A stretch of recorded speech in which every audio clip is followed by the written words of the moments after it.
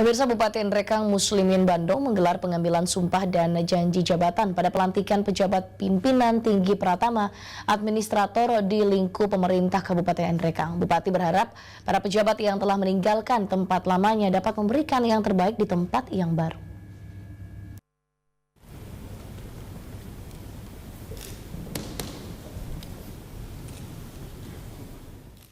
Bupati Nrekang Muslimin Bandung melantik 62 pejabat di lingkungan pemerintah Kabupaten Nrekang.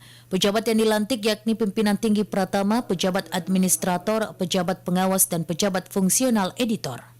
Dalam sambutannya, Bupati menyampaikan permohonan maaf jika ada yang tidak senang dengan jabatan barunya, di mana hal ini berdasarkan surat dari Komisi Aparatur Sipil Negara atau KASN tentang uji kompetensi dan seleksi jabatan. Bupati berharap para pejabat yang telah meninggalkan tempat lamanya dapat memberikan yang terbaik di tempatnya yang baru.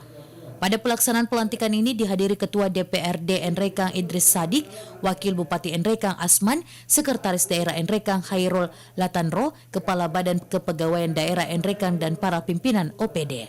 Dari Kabupaten Nrekang, Muhammad Basir, Celebes TV.